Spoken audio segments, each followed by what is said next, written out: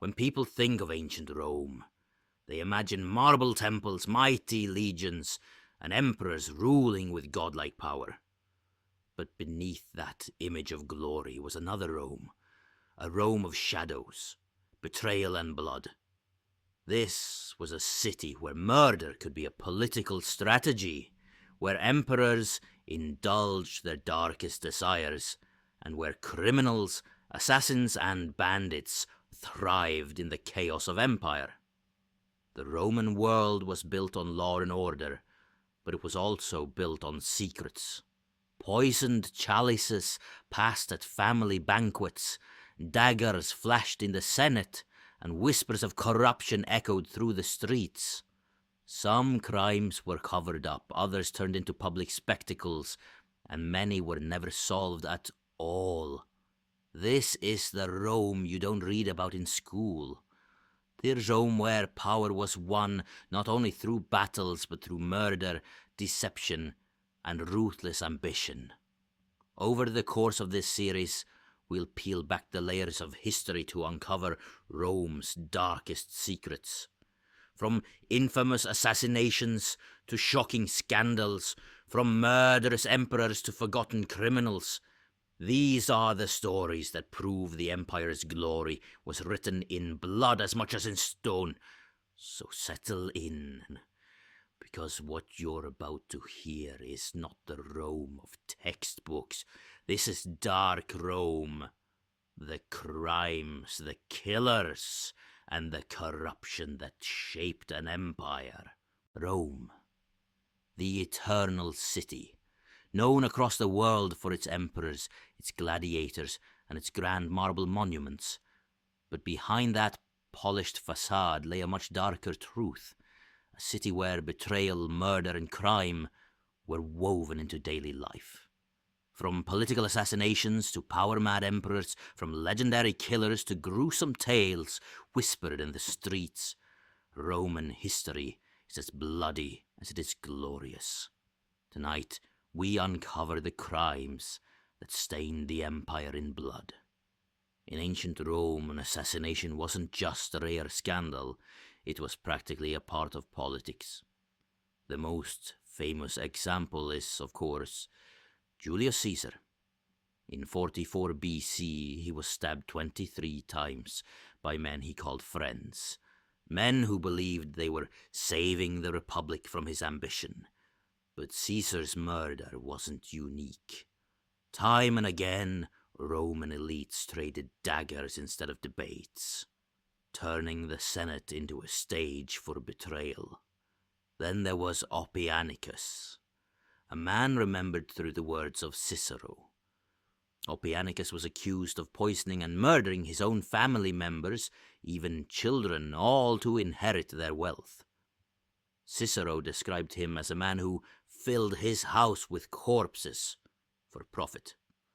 Whether or not every accusation was true, Oppianicus became a symbol of greed so powerful it destroyed his entire bloodline. But some of the deadliest criminals weren't assassins or scheming relatives. They were emperors themselves. Tiberius, secluded on the island of Capri, was accused of unspeakable acts of cruelty and depravity. His successor Caligula became infamous for executing citizens simply for imagined insults. And then there was Nero, who not only killed rivals but also ordered the murder of his own mother. To rule Rome was to hold absolute power, and time after time, that power led to absolute bloodshed. The streets of Rome were also haunted by the sicarii, dagger-men for hire. These assassins moved through markets and theatres, slipping a blade between the ribs before vanishing back into the crowd. For the right price, anyone's life could be ended in an instant. Death in Rome wasn't just political, it was also for sale. Among the darkest tales is that of an innkeeper who supposedly murdered travellers, baking their flesh into meat pies to serve unsuspecting guests. Historians debate whether this story was fact, exaggeration, or outright legend, but it reflects a chilling truth. Traveling through the empire could be as dangerous as fighting on its battlefields. Bandits were another constant threat. Rome's vast network of highways, the very roads that connected its empire, were often plagued by ambushes. Families were slaughtered, caravans stripped bare, and whole villages lived in fear of roving gangs. Even emperors admitted that bandits were like an unofficial army, striking wherever the state's grip was weak.